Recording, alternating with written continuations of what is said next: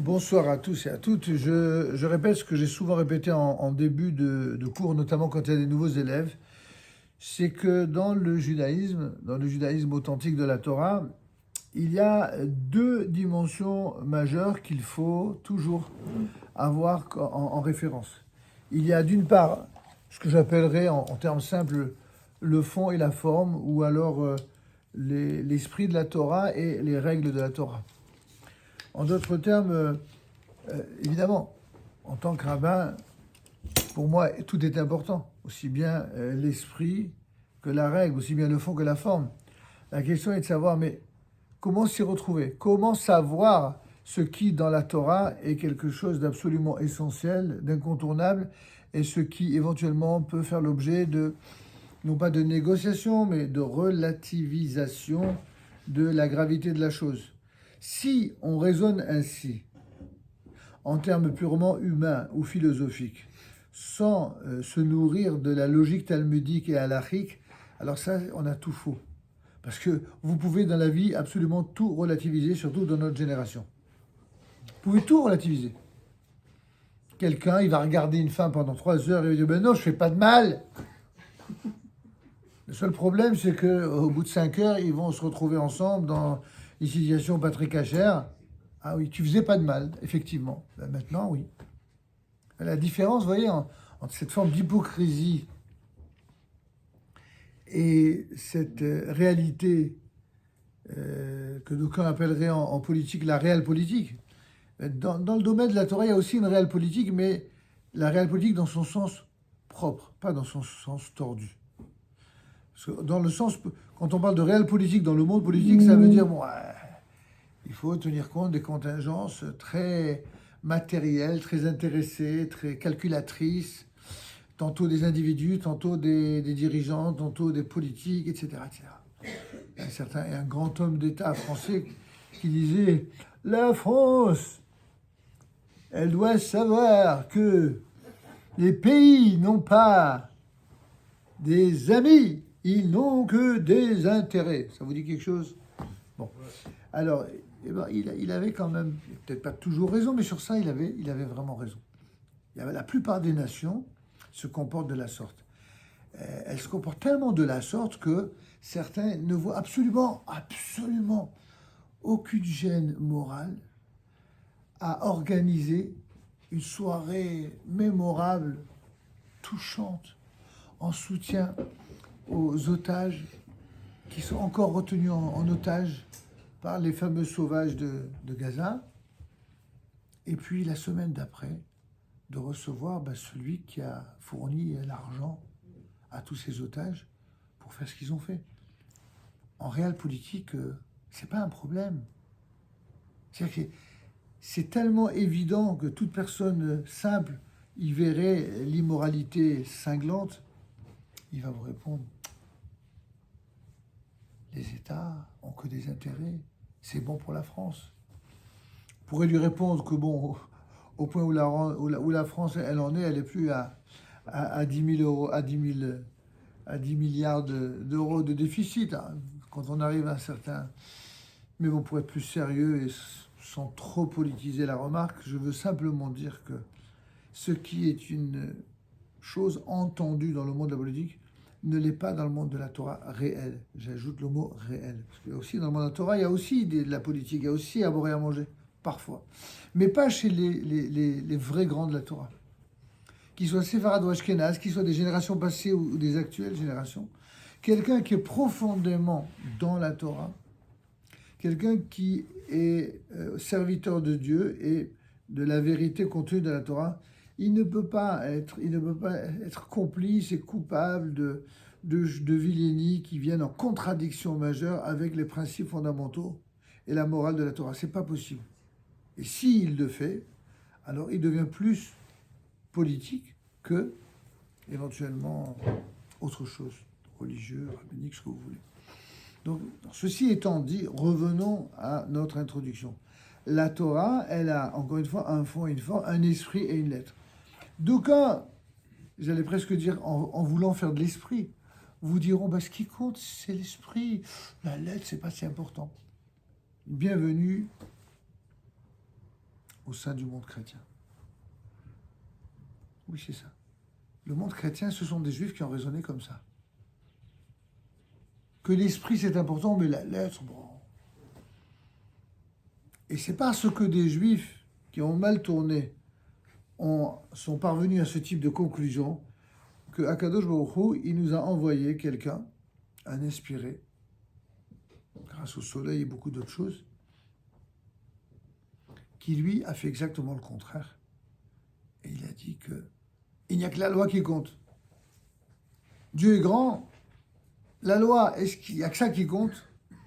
Et donc, pour le respect de la loi, tous les coups sont permis, y compris d'égorger, d'éventrer, etc. C'est les deux extrêmes. Ces deux extrêmes sont, comme nous l'enseigne le Rambam, sont venus pour corriger l'extrême d'en face. L'extrémisme du monde chrétien à vouloir sans cesse remplacer le peuple élu par un être humain qui serait un élu. Tout le message chrétien, c'est quoi? C'est que le peuple élu, c'est bon, c'était... Jusqu'à la faute du veau d'or, il y avait effectivement un peuple élu. Depuis la faute du veau d'or, il n'y a plus le peuple élu, il y a le Vérus Israël. Le vrai Israël, c'est plus nous les Juifs, c'est eux les chrétiens. Bon. Alors, sans vouloir polémiquer à l'envi, ce message-là, évidemment, on ne peut pas être d'accord. Et en plus de ça, on sait ce qui nous a coûté.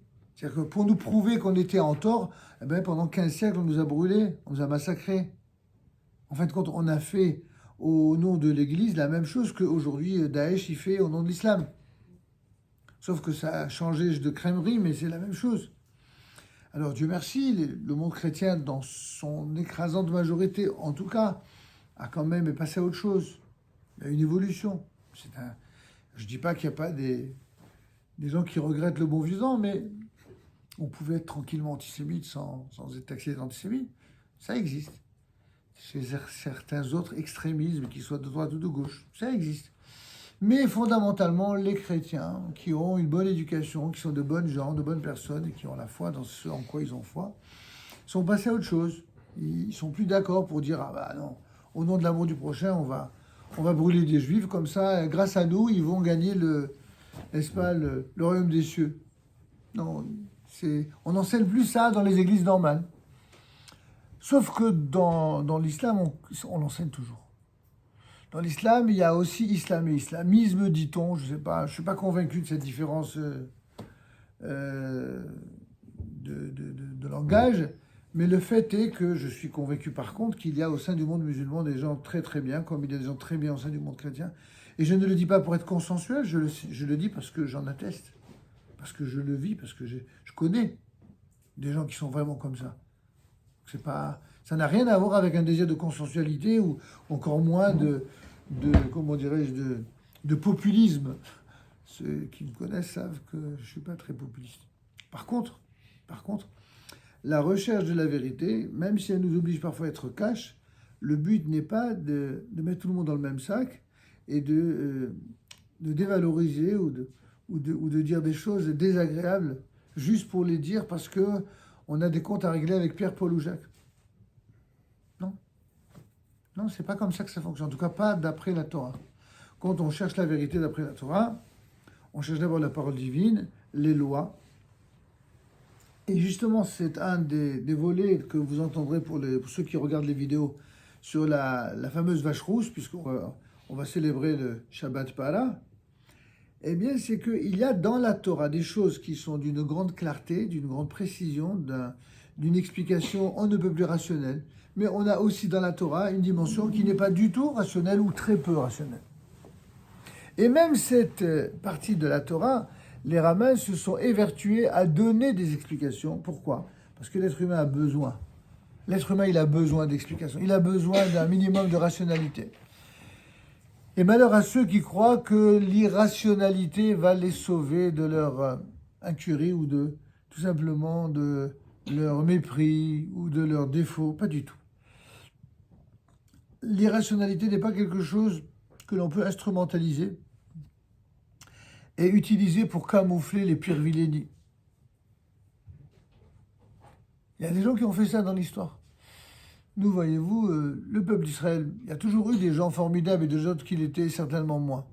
Mais on n'a jamais eu des chefs au sein du peuple d'Israël qui ont ouvertement dit à qui voulait l'entendre, on va tuer des chrétiens, on va tuer des musulmans, on va tuer même des gauchos. Non, c'est pas vrai. On voudrait bien nous faire croire.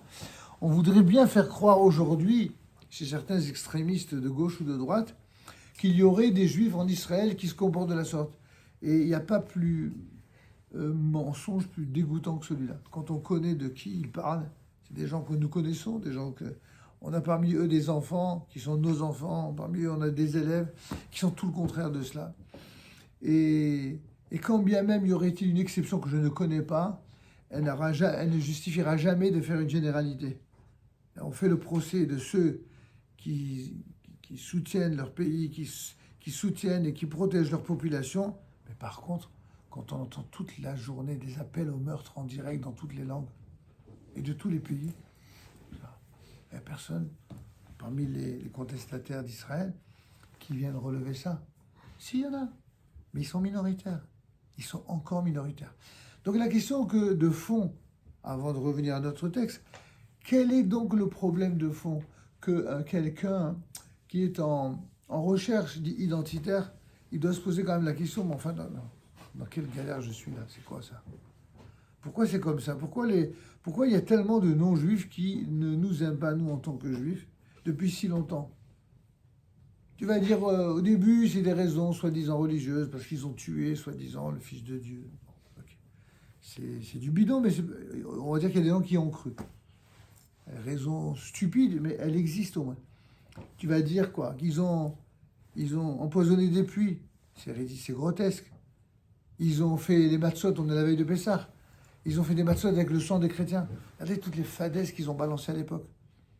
Si vous écoutez ce que certains écrivent dans des journaux de grande diffusion nationale, c'est la même chose qu'ils font aujourd'hui.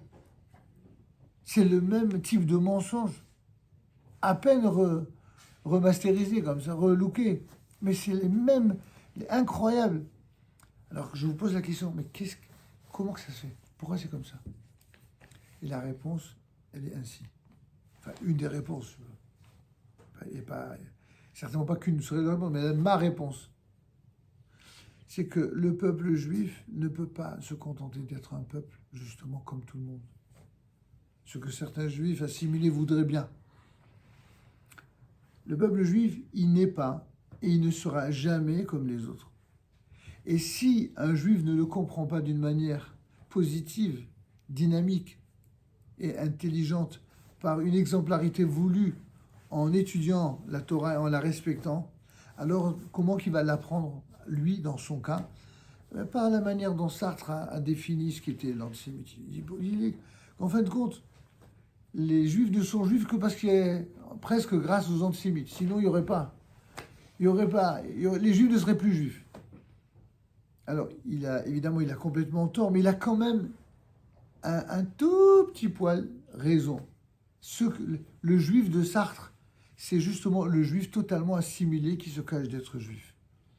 Ce juif-là qui se cache, qui veut devenir absolument un goy parmi les goyim, ce juif-là, ce juif honteux, ce juif problématique, ce juif qui est mal dans sa peau, ce juif des fois qui souffre aussi, hein, qu'on peut aussi plaindre, en fait, ce juif-là, il n'y a malheureusement que l'épreuve et l'antisémitisme qui arrivent à lui rappeler qui il est. C'est-à-dire, c'est quand il se retrouve dans l'isolement et dans la haine des antisémites que tout d'un coup, waouh, il comprend qui il est. Malheureusement, c'est pas l'idéal, c'est pas de cette manière qu'on doit être juif, certainement pas. Mais ce juif-là, vous allez me dire, ouais, c'est gentil tout ça, mais enfin, comment prouver? Ben, c'est le côté irrationnel. C'est le côté irrationnel de cette réalité. Je vais raconter une histoire pour faire pour mettre un terme à cela, parce que c'est vraiment un sujet en soi. Un jour, il y a une femme qui avait atteint un très très très haut niveau dans ce qu'on appelle comment on appelle ça, vous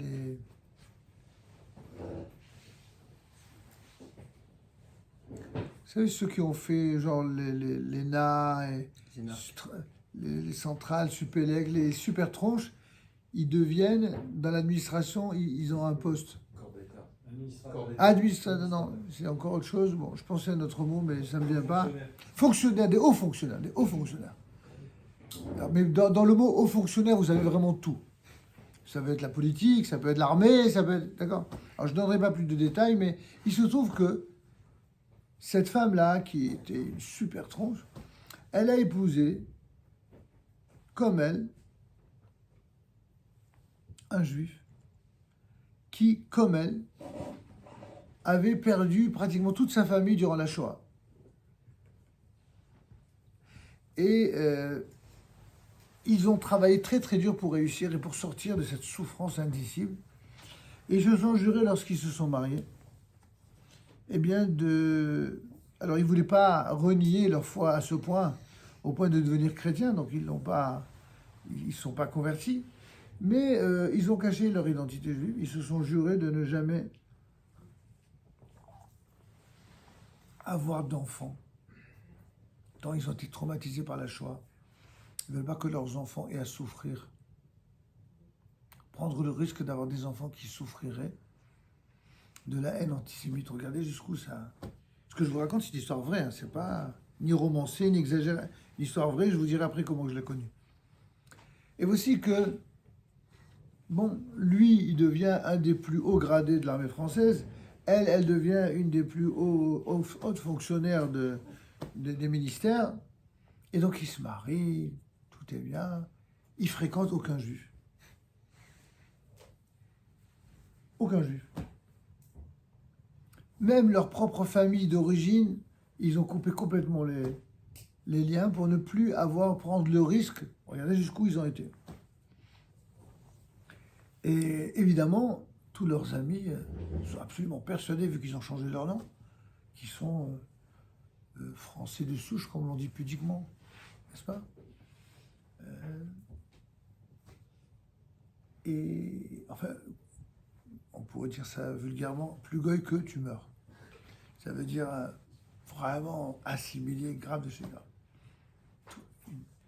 Une élocution parfaite en français, un niveau bac plus 15, vous voyez le style. Et voici qu'ils réussissent, ils arrivent, comme je vous l'ai dit, au plus haut niveau. Et bien, pour gagner du temps, je vous amène directement à l'histoire. Ils décident, enfin, arriver à un âge avancé, et après avoir finalement des gens très, très droits, ils décident d'aller se reposer et de se retrouver dans un petit patelin là-bas près de Toulouse, dans un endroit genre superbe villa, etc. Ils décident, ils ont mis de l'argent de côté depuis le temps, et d'acheter une super villa et de s'installer là-bas pour couler des jours heureux et de continuer à avoir une vie sociale avec des amis qu'ils se feraient, mais dont ils ne connaissaient rien puisqu'ils n'avaient personne sur place. Ils vont là-bas. Évidemment, comme on dit, c'est très loin de toute ville, ils décident d'aller en ville, d'aller à Toulouse pour aller faire les courses. Ils vont faire les courses, ils vont au supermarché. Et voici que, au moment où elle va pour passer à la caisse,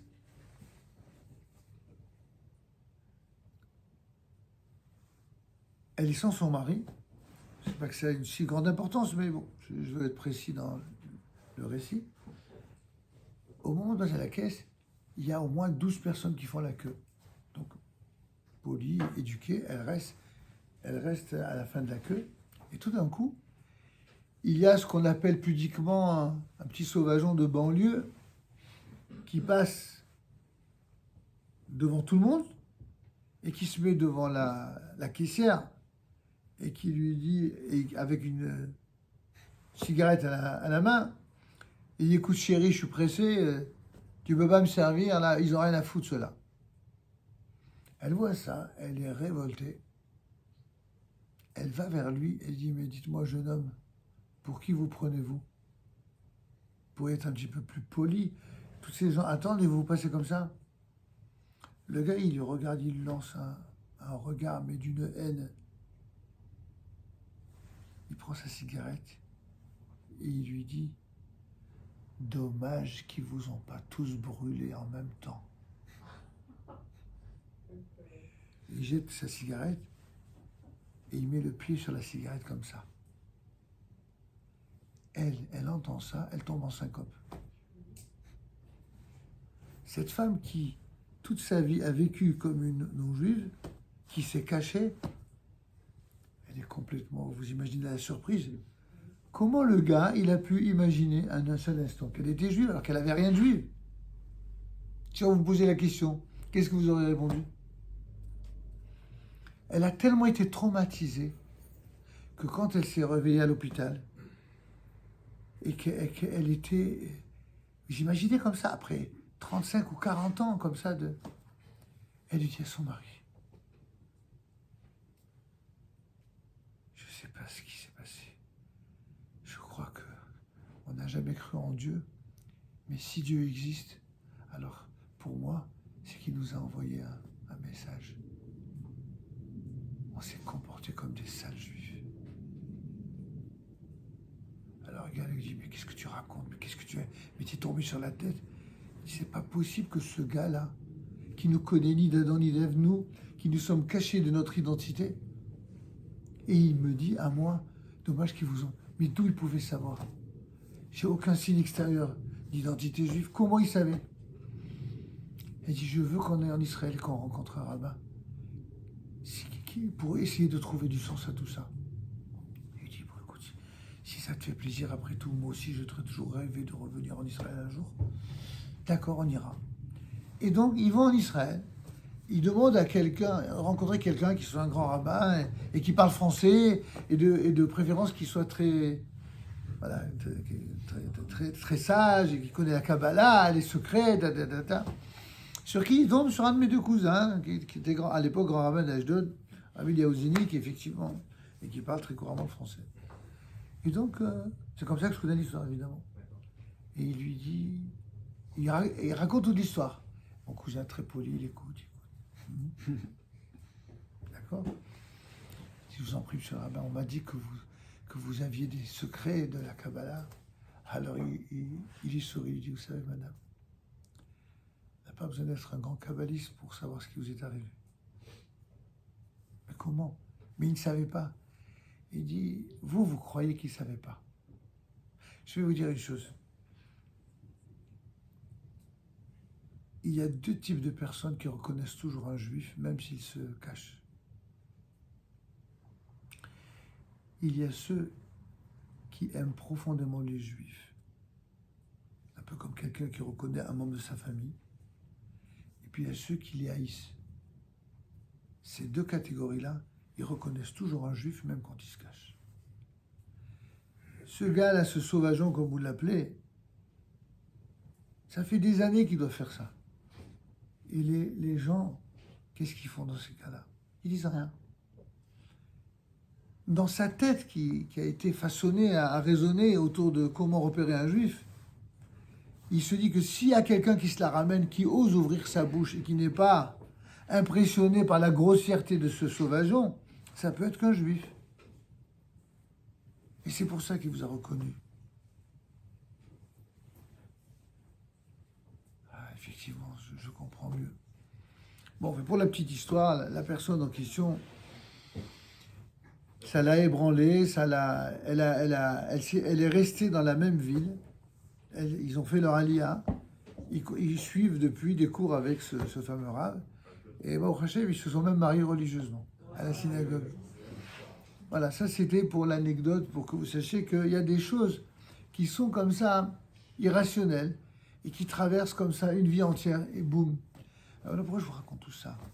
C'est pas pour faire dans le fantastique, c'est pour que vous compreniez que dans la relation entre le peuple juif et Dieu, tout comme la relation entre les Juifs et la Torah, tout comme la relation entre les Juifs, la Torah et la terre d'Israël, il y a des choses que l'on comprend, des choses qui sont relativement claires, des choses qui sont rationnelles, pour peu qu'on se donne la peine d'étudier.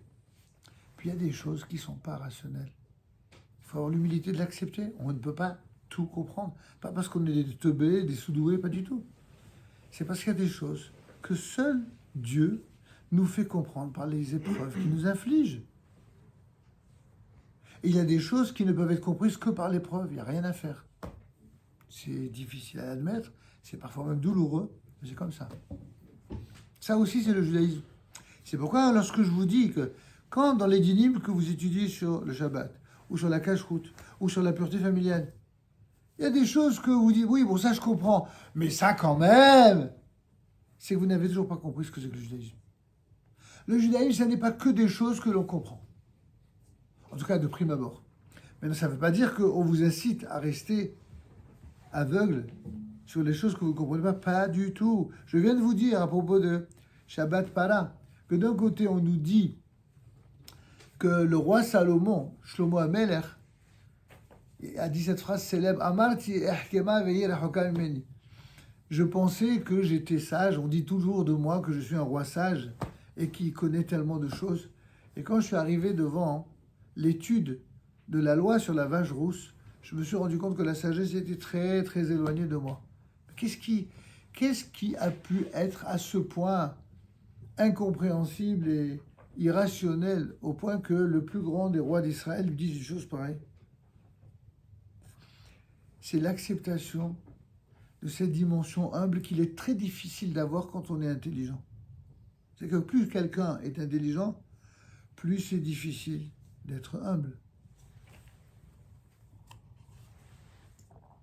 Parce que quelqu'un d'intelligent, il comprend, il sent les choses, il arrive parfois même à les démontrer.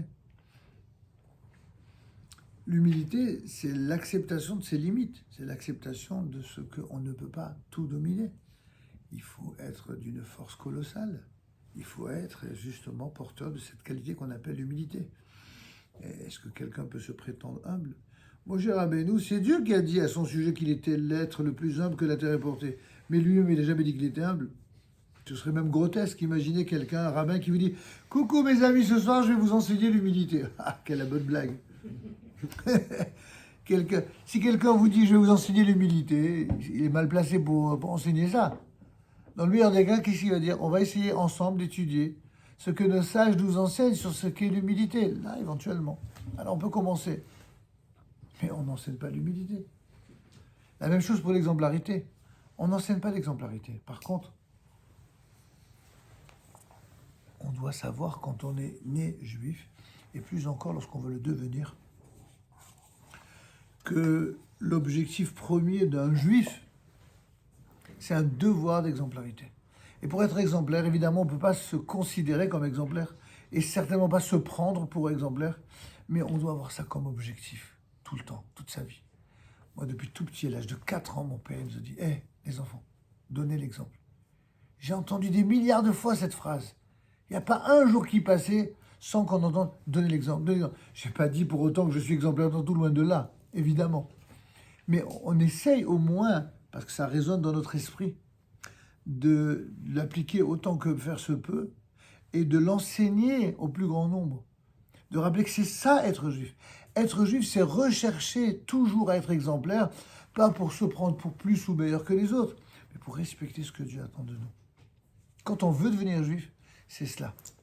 Je le dis quand je donne des cours de conversion, je le dis toujours à nos nouveaux élèves. Je dis, si vous voulez être juif pour ressembler aux juifs qui sont autour de vous,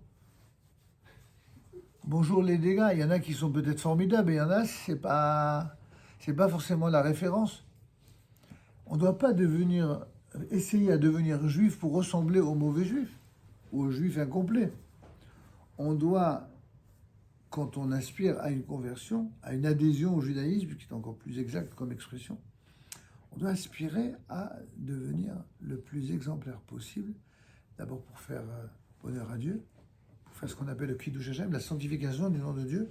Ça aussi, je vous invite vraiment à écouter la vidéo que j'ai postée sur la Haftara. Je dis bien la Haftara de Para, parce que là, vraiment, c'est un message explosif que je vous ai fait partager, vous verrez. Sur, en fait, le pourquoi de tout ce qui nous est arrivé pendant tous ces siècles d'exil. Et la raison essentielle, c'est quoi? C'est le Kiddush Hashem et le Chil Hashem. La sanctification du nom de Dieu et la profanation du nom de Dieu. Tout juif qui n'est pas exemplaire profane Dieu. Rien de moins que cela. Et ça, on l'apprend dans l'Haftarah de Para. Regardez la traduction.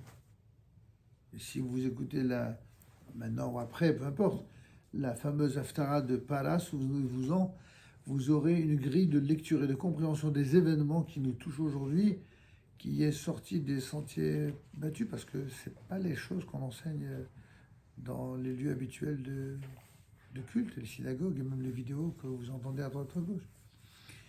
Alors pourquoi? Bon, il y a d'autres raisons. En tout cas, je voulais simplement vous dire, pour terminer sur cette présentation, pour, si je veux dire, être bien dans sa peau quand on a adhéré au judaïsme, il faut avoir étudié à la fois la lettre et l'esprit de la Torah. L'esprit de la Torah, ça veut dire les grandes idées profondes qui sont entourées, auréolées de ce qu'on appelle Emunat Israël, la foi d'Israël, la foi du peuple d'Israël. Le peuple d'Israël, il a une foi unique, qui n'est pas qu'individuelle, elle est également collective. On n'a pas que la foi, vous avez des gens, vous savez, pour eux la foi c'est quoi? Même pendant les événements, c'est de mettre une pièce de tzedaka dans la chaussure du soldat, parce qu'il y a marqué que celui qui donne la tzedaka, hein, celui qui se voit confier la mitzvah de faire de la tzedaka, il ne peut rien lui arriver, il est protégé par la mitzvah. Il y a des gens assez débiles pour mettre la pièce dans la chaussure et d'avoir mal pendant tout le temps où ils sont en opération, vous imaginez? Parce qu'il y a des crétins qui leur ont dit un conseil qui est un conseil idolâtre qui n'est marqué nulle part. Alors le fait de faire du bien, de donner la tzedaka, oui, ça protège, oui, mais pas le fait de mettre une pièce dans la chaussure. Pourquoi certains, ils ont traduit, dès que les gens traduisent des vérités en idolâtrie, eh bien, il n'y a que les sages qui connaissent la Torah, qui savent le... Il y en a d'autres, c'est encore plus subtil. Ils vous disent, mettez des tzitzit. Comme ça va vous protéger. Celui qui dit ça, il fait croire que ce qui protège les soldats, c'est uniquement les tzitzit. Mais pas besoin d'être soldat pour être protégé par les tzitzit. Alors mettez les tzitzit dans le civil. Comment tu es en train de... C'est-à-dire que les soldats, ils sont protégés par les tzitzit. C'est-à-dire qu'on vous instrumentalise les tzitzit, alors qu'en réalité, il n'y a pas plus protecteur pour le peuple d'Israël que le soldat lui-même. Tu transformes quelqu'un qui est une vraie bénédiction pour tout le peuple d'Israël, qui sauve sa peau, qui risque sa peau, pour protéger la peau des citoyens et de tout le peuple d'Israël, en Israël et en dehors, au lieu de dire que celui-là, c'est un super tzaddik, qu'il est ou pas un tzitzit, qu'il est ou pas la kippa, qu'il comprenne ou pas la raison profonde pour laquelle il se bat, mais il le fait, et il risque sa peau. Au lieu de dire que celui-là, c'est un super tzaddik, tu es en train de dire que non. Ce qui va sauver, c'est le tzitzit. Ça, ce sont les recettes de grand-mère, avec tout le respect qu'on a pour les grand-mères. C'est très beau, les grand-mères qui, quand on était en exil, que ce soit en Algérie, au Maroc, en Tunisie ou en Tchécoslovaquie ou à Vilna, il y avait des grand-mères très très pieuses et sans aucune condescendance à leur égard. Elles étaient magnifiques, ces grand-mères. Elles étaient fantastiques. Elles avaient une foi exemplaire et c'est digne du niveau d'une personne qui veut se rattacher au moindre élément qui est source de protection possible. Mais comment vous allez expliquer ça à quelqu'un qui est rationnel, qui n'a pas grandi là-dedans, et vous allez dire, ah, tu sais, une personne qui va lui dire, mais sans aucune gêne et sans aucun esprit de contradiction, lui dire, tu sais, pour qu'Israël soit protégé, ben, il suffit de mettre les tzitzit et de mettre les pièces dans la chose et de faire Afrashat Challah. Mais par contre, attention, il faut étudier la Torah, il ne faut pas aller à l'armée. Mais c'est pas possible de dire des choses pareilles. Il faut faire attention.